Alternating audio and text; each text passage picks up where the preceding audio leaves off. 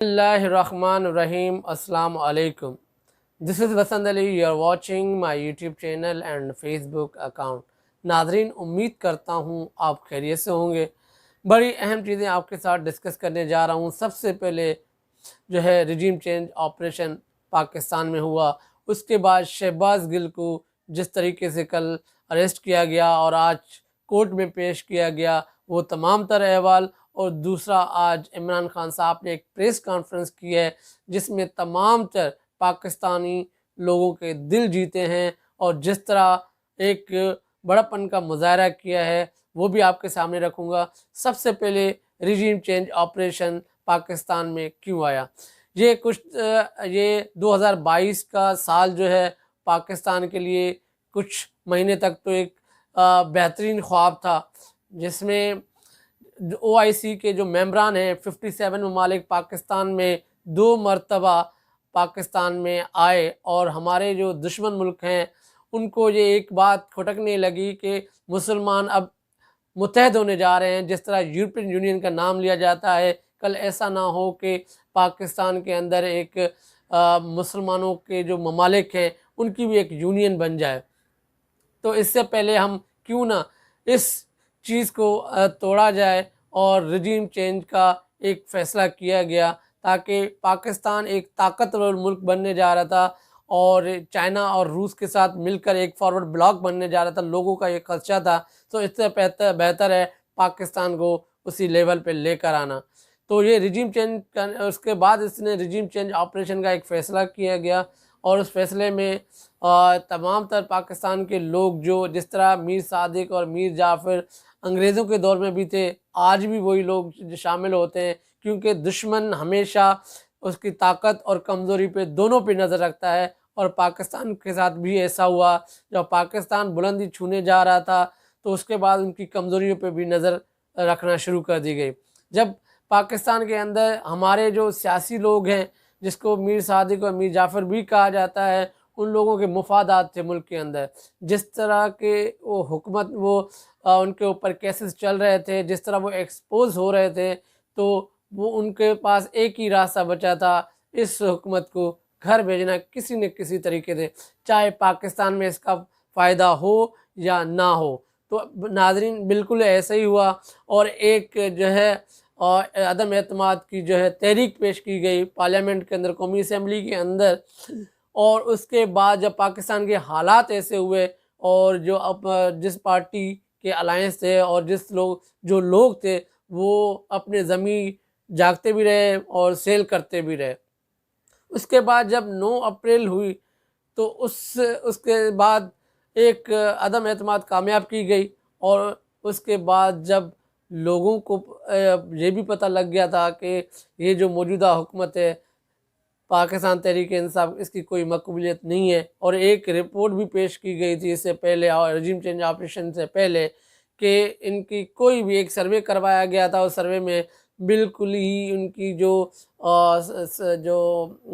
लोगों में एक एतमाद की लहर थी वो बिल्कुल ही कम हो चुकी थी, पॉपुलैरिटी कम हो चुकी थी। तो मुख्तलिफ हलकों को ये भी फील हुआ अगर हम रिजीम चेंज करते हैं तो उसके बाद ये मामला टल जाएगा। तो नाज़रीन, जब 9 अप्रैल को ये operation, regime change operation success हुआ, कामयाब हुआ, उसके बाद जब 10 अप्रैल हुआ, रात का रमज़ान का टाइम था, रात के दौरान जिस तरह हर शहर गली कोचे से लोग निकले और लोगों की दुआएं थी, और पाकिस्तान में जब हालात ख़राब होने लगे तो मुख्तलिफ हलके थे वो परेशान रह गए कि ये हुआ क्या। पाकिस्तान में तो ऐसा होता है कि जब कोई हुकूमत चेंज होती है तो लोग खुश हो जाते हैं, मगर ये पहला हुक्मरान है, पहला लीडर है, जब उनको हटाया गया तो लोग सड़कों पे निकल आए। उसके बाद जब इमरान खान साहब को एक सांस मिली, एक ब्रीथ मिली, उसके बाद इमरान खान साहब ने नेवर स्टॉप, कोई लोग निकलते रहे, उसके बाद बड़े बड़े जलसे करते रहे। और उसके बाद आपको मैं बताना चाहूँगा कि जिस तरह पाकिस्तान तहरीक इंसाफ की और पॉपुलैरिटी बढ़ गई और लोग निकलना शुरू हुए, तो मुख्तलिफ हलके और मौजूदा जो PDM की हुकूमत है वो परेशान हुई और इन्फ्लेशन रेट हाई होता रहा, पाकिस्तान के रिज़र्व कम होते रहे और डे बाय डे प्राइजेस जो है इंक्रीज़ होने लग गई। नादरीन, जब वक्त ऐसा आया कि पाकिस्तान पे कोई मुल्क जब भरोसा नहीं कर रहा था, तो इस मौजूदा हुकूमत ने हमारे सिपह सालार को इस्तेमाल करते हुए दुनिया के हर मुल्क को फ़ोन करवाया, हर कहीं से कोई रिस्पॉन्स नहीं मिला, क्योंकि रिजिम चेंज एक ऐसा डरावना ख्वाब है पाकिस्तान के लिए। ये सदियों तक याद रखा जाएगा, ये हिस्ट्री में याद रखा जाएगा, ये गोल्डन वर्ड में लिखा जाएगा कि पाकिस्तान के साथ जब रिजिम चेंज ऑपरेशन का जब ये हिस्सा बने और पाकिस्तान के उसके बाद क्या हालात हुए, ये आज भी रिकॉर्ड पे हैं। और उसके बाद जब रिजीम चेंज होने के बाद जब इमरान खान कंट्रोल में नहीं आया, तो इनके बाद हर हर चीज़ इस्तेमाल की गई। उनके ऊपर केसेस किए गए, उनके ऊपर गद्दारी के केसेस किए गए, वहाँ से कुछ नहीं मिला। तो फिर अवाम के अंदर उनकी जो है पॉपुलरिटी कम करने के लिए उसके तमाम तर जो करीबी दोस्त है, जो उसके साथ जुड़ रहा है, उसकी किरदार कुशी की जा रही है, जिस तरह इमरान खान साहब की किरदार कुशी की जा रही थी। तो जब इमरान खान, अब जो भी इमरान खान साहब के साथ जुड़ रहा है, जो भी इमरान खान साहब के साथ मिल के काम कर रहा है, चाहे सहाफ़ी हो, चाहे यूट्यूबर हो, चाहे चैनल वाले हों, उनकी किरदार कुशी, उनके ऊपर एक्शन लिया जा रहा है। और इवन उस इदारे को भी इस्तेमाल किया जा रहा है जो पाकिस्तान के अवाम के टैक्स से उसको सैलरी दी जाती हैं, पाकिस्तान की अवाम के उस टैक्स से उनके तमाम तरह अखराजात बर्दाश्त किए जाते हैं। उस इदारे को भी नहीं छोड़ा और उसको भी इस्तेमाल कर रहे हैं। उसको फॉरेन फंडिंग का नाम लेकर वो फैसला करवाया गया, मगर इलेक्शन कमीशन ने भी उसमें सिर्फ ममनुआ फंडिंग की बात की, कोई फॉरेन फंडिंग नहीं हुई। और उसमें तमाम तर चीज़ें मेंशन की गई, जिसमें फॉरेन फंडिंग में वो अकाउंट, हालांकि जो भी चीज़ होती है, आप जब भी कोई फॉरेन फंडिंग करता है वो किसी अकाउंट के थ्रू नहीं करता, वो जहाज़ों के थ्रू जो ना शिप के थ्रू वो भेजते हैं। तो इसके अंदर तमाम तर लोगों ने उनकी अकाउंटेंट, उनकी ऑडिट रिपोर्ट तमाम तर पेश की गई, फिर भी इनको एक दाग लगाने के लिए, उसको कंट्रोल करने के लिए इमरान खान साहब को ये रिजीम चेंज ऑपरेशन कंप्लीट अभी तक नहीं हुआ, क्योंकि इमरान खान साहब को जब तक ये नाअहल नहीं करेंगे ये रिजीम चेंज चलता रहेगा। तो नाज़रीन, में आगे एक वीडियो लंबा हो रहा है, मगर आपकी नॉलेज के लिए बहुत ज़रूरी है कि हमें अपने मुल्क की एक एक चीज़ पे नज़र रखना ज़रूरी है, क्योंकि हम ही इस मुल्क के मालिक हैं और कोई नहीं आके हमारे मुल्क के लिए दिफा करेगा या मुल्क के लिए सोचेगा। हम ही हैं, हम ही से लोग निकल के इस चीज़ का दिफा ज़रूर करेंगे। तो ये बताने का मकसद सिर्फ इसलिए है कि पाकिस्तान के जो मौजूदा हालात हैं वो कहाँ से शुरू हुए थे, ये चीज़ें मैंने सिर्फ आपसे शेयर कर रहा था। तो उसके बाद जब इनसे भी कुछ नहीं निकला, तो फिर तोशाखाना का रेफरेंस इलेक्शन कमीशन में दायर किया गया। अब तोशाखाना, इमरान खान ने तमाम तर चीज़ें कानून के मुताबिक वहाँ पर दी हुई हैं, और तोशाखाना का ऐसा केस है जिसमें आसिफ जरदारी, नवाज शरीफ ये फंस सकते हैं, तो लिहाजा वो भी उस पर इतना फ़ैसला नहीं होगा। और उसके बाद जब ये चीज़ें भी फ्लॉप हुई, तो उसके बाद पाकिस्तान तहरीक-ए-इंसाफ और फ़ौज को एंटी आर्मी साबित करने के लिए एक सेल बनाया गया था, जिसमें बहुत एक चैनल पे शहबाज गिल साहब ने कुछ बयानात दिए थे, और उसमें कुछ चैनल वालों ने, उसकी पर्सनल राय हो सकती है, चैनल सिर्फ दिखा सकता है और उसका कोई मकसद नहीं होता। तो उसके अंदर ये कहा गया कि शहबाज गिल ने इदारों के अंदर जो है बगावत पैदा की, और उस इदारे जो आप बयान सुनेंगे, वो वीडियो आप ऑडियो सुनेंगे, उसमें सिर्फ इतना कहा गया है, न किसी आर्मी के बंदे का नाम लिया गया है, न किसी चीज़ का नाम लिया गया है, न कोई ऐसी बात की गई है। सिर्फ उसने एक अपने व्यू दिए हैं, राय दिए हैं कि पाकिस्तान और तहरीक इंसाफ और आर्मी को किस तरह लड़ाया जा रहा है, उस हवाले से एक बयान दिया था। उसके बाद कल ऐसा हुआ कि जब इमरान खान साहब से मिलने शहबाज गिल साहब आए और इमरान चौक पे उसको गिरफ़्तार किया, उनकी गाड़ी के शीशे तोड़े, उसके बाद उसको लेकर गए, क्योंकि ना उनके पास कोई एफआईआर थी, ना उनके पास कोई वारंट था,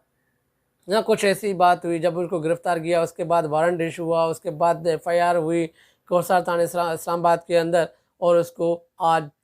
अदालत में पेश किया गया। और ये एक बड़ी डिसअपॉइंटेड बात है शहबाज गिल के लिए भी और तहरीक इंसाफ के जो लोग हैं, जो चाहते थे कि ये एक